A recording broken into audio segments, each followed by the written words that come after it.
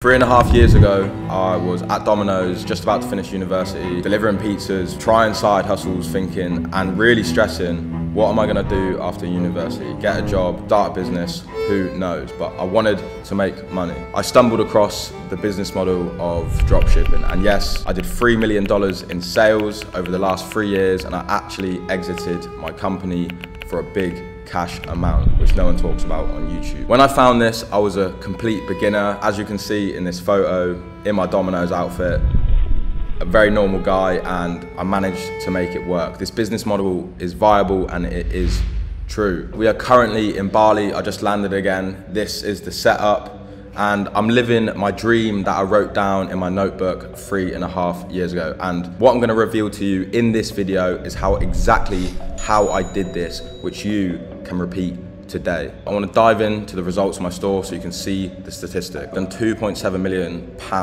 from June 2020 to current date.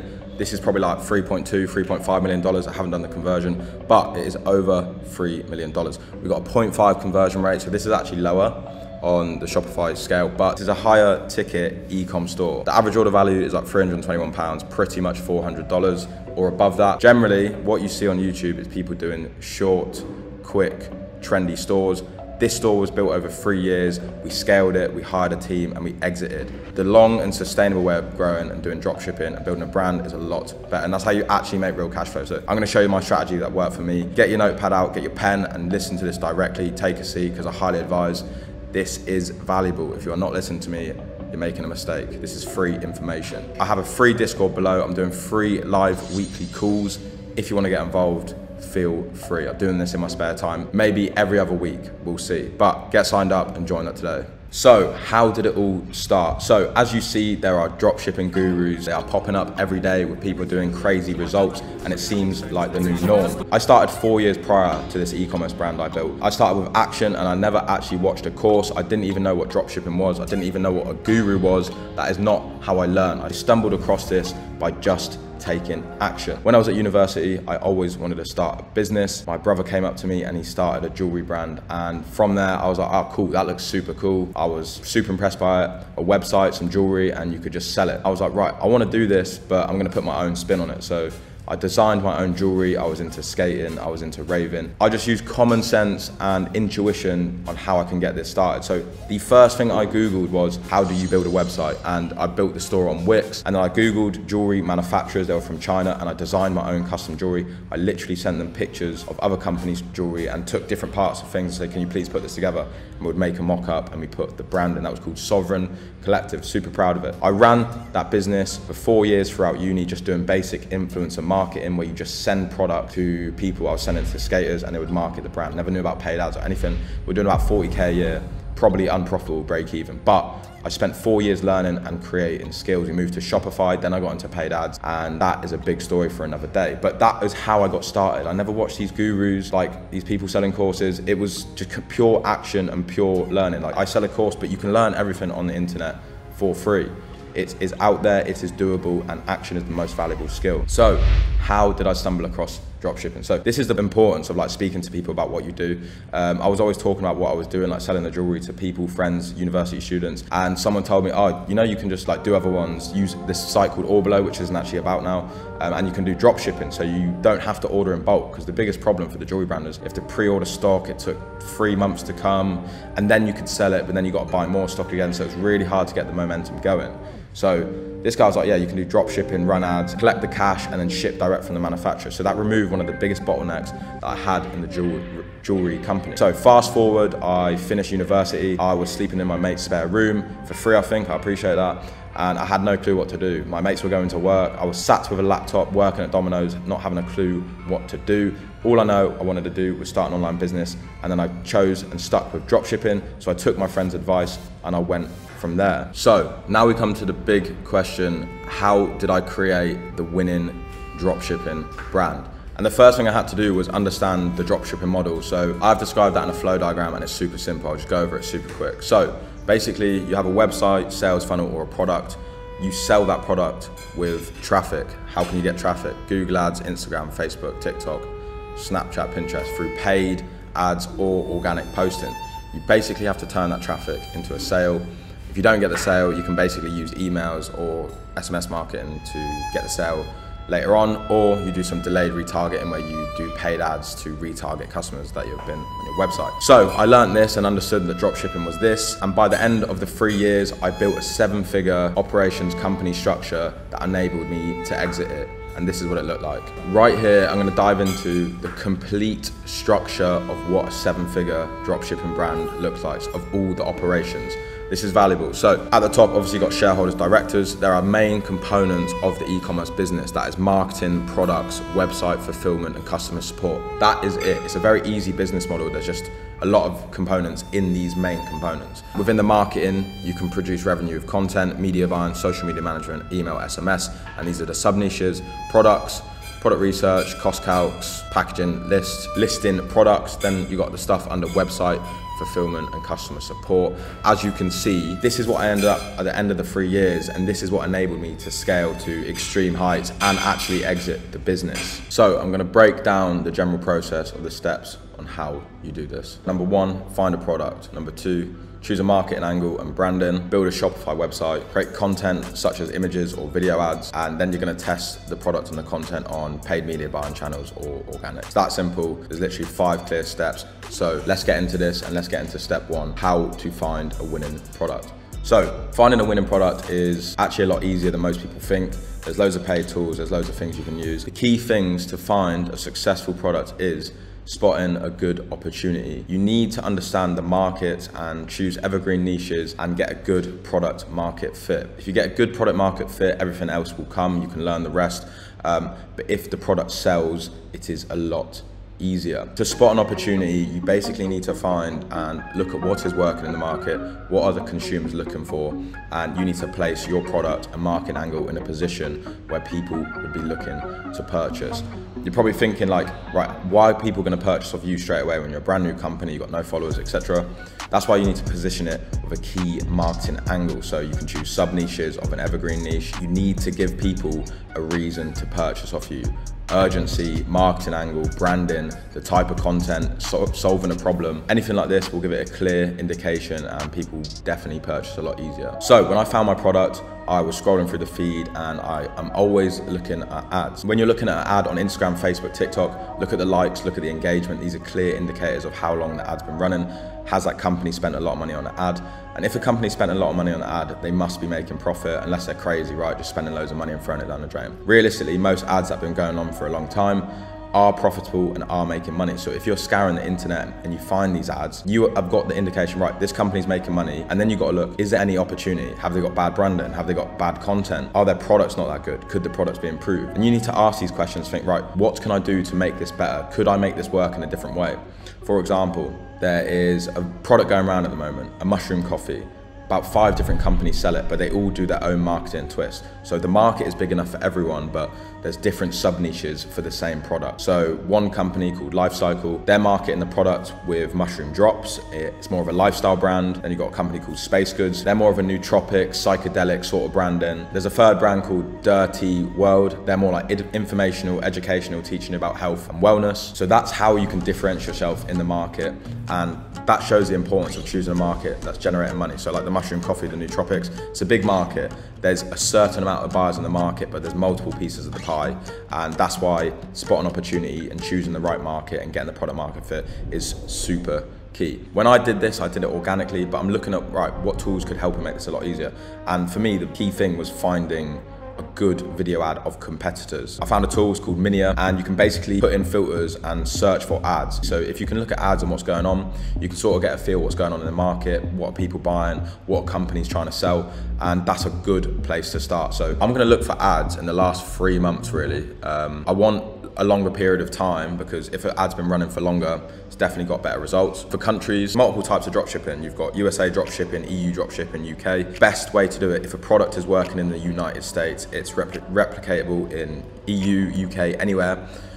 So if a product is doing well in USA, it's a good brand because it's the most competitive market. So we're going to start with that. So we'll do language, English, country, USA. For the e-commerce platform, this is basically the website. We're going to choose Shopify. For likes, we're going to reduce the 0 and basically get this higher. Let's go It's got 100 minimum. Right, so we've sorted the settings out to find the specific ads. So let's have a little browse and see what we can find. So as you can see, there's just a load of dropshipping products. Like this little logo here says they're running Facebook ads. You can see all the data, how many days it's been running for, the likes. If an ad's been running for longer, like that, see that's 311 days, 12K likes, that is profitable, right? So let's have a look at it.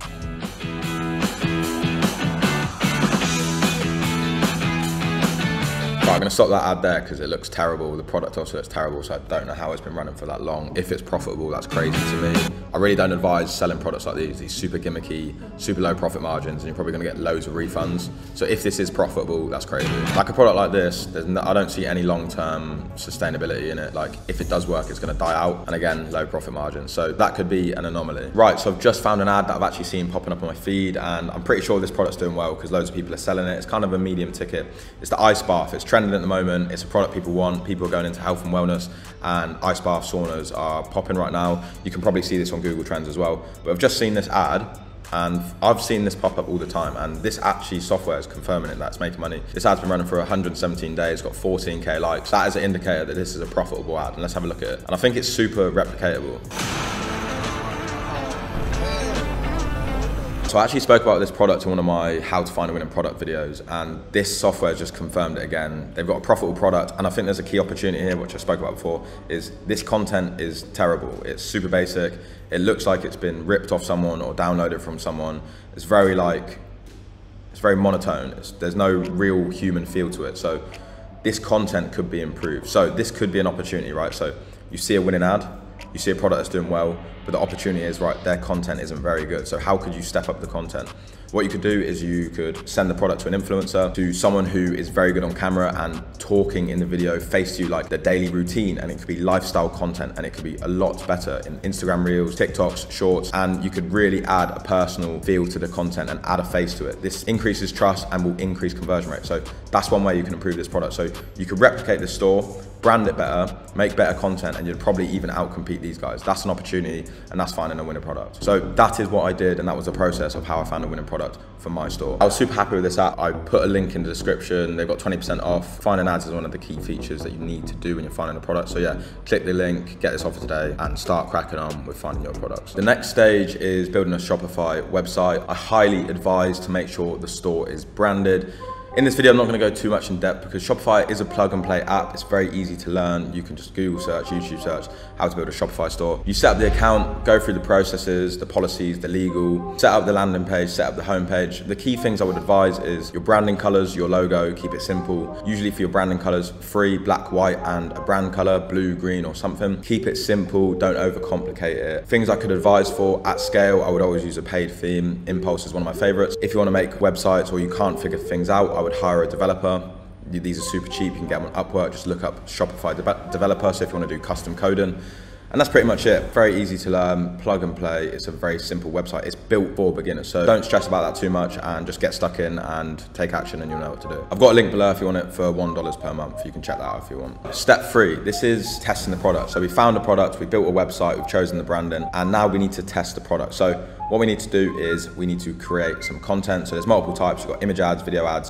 For me personally, when I was testing this store, that worked for me. I was testing image ads. I started with image ads on Facebook, and I actually just did a video, my last one, on how I spent $90K and generated over 350K with Facebook image ads. They still work today. Facebook image ads were actually, for this store, one of the best performing ads with the best ROAS, super sustainable, and they're really easy to use. So when I tested this store, what I did is I downloaded the products off AliExpress. I chose the best images. I used Photoshop, and I basically created an offer, put some text on the images, increased the quality with a software called let'senhance.ai, and you can instantly test ads like this. So I'm gonna show you my testing structure. I built a complete template. When you've chosen your product, and the first key thing you need to do, so for my niche store, for my brand that I created, the first thing is profit over cash flow. So you need money first, right? Because you're probably starting with a low budget, which I was. So you need to decide, right, which platform is gonna be the best to advertise my product. You've got Facebook, TikTok, Google, Snapchat, Pinterest. So I was in the home decor niche, which fits like boomers, so 25 to 50, and that key audience is on Facebook and Instagram. So I wanted to test my product on Facebook. So this was the best channel to choose to initiate ads. In the home decor space as well, image ads are very good. So I went for the image ads. and let's get into how we did that. The basic steps of what I did is you just got to set up a Facebook Business Manager profile. So I set up the brand page on the Facebook page, branded it, put the text in, and just put everything you needed to, a bit of images, super basic. Then I set up the Business Manager account on Facebook, and then you get to the Facebook campaign structure. I'll show you that quickly. You basically come to a page like this. So this is where you can create campaigns and test the product. So I basically put it into a testing campaign. I'm gonna show you the structure. So as you can see, I've built a complete diagram of like the structure I use. And this was the complete structure I used to test the image ads. So it's super basic. When you are creating ads, there's a thing called an ABO. So this is ad set budget optimization. And what you do with this is you have an ABO here, and then you have each ad set is where you set the budget. So what I advise is you want 2 to 4 ad creatives per ad set. So this could be images, videos, content to promote your products with your branding, marketing angle. And yeah, so I set these up. So my store was a retail store. We had multiple products. I started with about 8. So I wanted to test which product was going to do well. So I had 4 products, so I probably started with 4 ad sets. Each ad set would be 2 to 4 image ads of the specific product. And I would test an interest. So it was home decor. So I kept it very simple. Interest, home decor. Right now though, what is working better is broad, but back then it was interest. So I chose home decor specific to the products, put the image ads in, and I would set the budget to $10 per day. And I launched that, and you basically run that for 3 to 5 days. And then you analyze the data. Analyzing the data, people overcomplicate it, but what you do is set up the reporting data in such a way to which you get key information. So I'll show you what that key information is. So we set up the 4 ad sets, we set the budgets to $10 per day, we give each one the same interest, and we do 2 to 4 different images per ad set per product to test which product or image does the best. When we are analyzing the data, you got the column, so I've called it this, and basically this is the best way to set up in my opinion. Amount spent, purchase conversion value, cost per result, ROAS, results, and then you go down the line, checkouts, add to cart, CTR, CPC, and these get less important as it goes down. Like realistically, you get a lot of beginners, and like myself when I was starting off, oh, what's the CPM? It's so expensive. But sometimes your CPMs can be expensive because you're getting good traffic. So the main ones to focus on if you are just launching with low budget is check the add to carts, check the checkouts. Are checkouts being done? Which is when someone goes onto your Shopify store and adds it to a basket, initiates the process of purchasing the product. At low budgets, yes, you can look at these, but what are the key metrics? It's obviously purchases, ROAS, and cost per result. How much does it cost for a purchase to occur? What is the ROAS when we're getting these purchases? Those are the key indicators of, is this a winning product? So when we launched, we immediately got results, but I didn't look at it. So don't touch the ads for 3 to 5 days. You can't make a decision if the data is broken up or there's not enough. So let them run, spend. The cutoff point for ads of when you're testing, I'd probably say per product, at least $500. That's how you're gonna know, unless the results are terrible. So instantly this product was profitable. I think we were hitting a 4 ROAS straight away, which is anything above a 3 ROAS is a really good indicator at low spend that this could be a winning product. So I think, let's say we tested 4 products, 2 out of the 4 produced instant profits and were profitable straight away. So instantly then, we set up the testing campaign, we launched them, we ran them for 3 to 5 days, we set up the correct reporting data, we got good ROAS. That everything is done. Product market fit confirmed. The business works. Now we come into step 4, which is scaling the business. And this stuff comes with action and experience. You can learn and develop these skills, but once you have the product market fit, everything else can come. So we continue to scale, we got more content, we developed the website, we made key hires, and I'm not gonna go to it in too depth in this video because the main points are the first 3 steps, but the steps I created got us to big months of 350K. We scaled to the 3 million and it performed really well. So I want to break down the biggest cheat codes of the 3 years of running this dropshipping brand, of what took me to that height and how was I able to exit, because not many people do that in this space, and you need to subscribe because I'll be releasing that at some point. What were the biggest cheat codes? So I never really learned by reading information or gurus or people telling me what to do. I learned by action and meeting people. So one of the key aspects for me was I didn't know about paid ads. I only knew about organic. So this was a pivotal moment for me. So I hired a Facebook ad agency and they ran my ads for the business, my old jewelry company, and I learned how to run Facebook ads. I didn't believe paid ads would produce loads of revenue, but they did. And I didn't know this skill. So I learned by meeting people who were doing better than me. Every time I meet someone who's doing better than me, they give me some knowledge. Oh, why aren't you running Google ads? Well, haven't you got a store manager? And every time I met these people, my store got more money, more profit, more profit. And that is why I wanted to build like a private community, a network, because when you are starting out, the most pivotal thing you can have is asking someone who is doing better than you. So I've created a community in that. I've got a free demo below. If you want to get involved, it's honestly a no-brainer. Like, it's ridiculous. On the market, I would check it out. I want to get into the biggest takeaways of how I did my biggest month, which was over 350K. What were the key things and how did I get that? That was key hires. So the key hires that really took me to big heights was a store manager. So they manage the operations team, like customer support and fulfillment and returns. That means I don't have to think about that side of the business. I was good at marketing, so I solely focused on sales. Store manager hire was a key thing. Google Ads manager hire was a key thing. And generally building company systems. So what was the return system? What was the fulfillment system? And cutting low-hanging fruits to increase profit. So every month we'd do a P&L. I would work with my supplier to get lower costs. What I would say to the supplier to get lower costs, but look, I'm gonna hit this target next month. I'm gonna get this many sales. But if I get this many sales, I want lower costs on my goods. So we had a good working partnership. We had a good after sales service. So whenever there was problems with products, I would get a refund from the supplier if I had to refund the customer. Stuff like that. We got a unit warehouse in the countries to take returns easier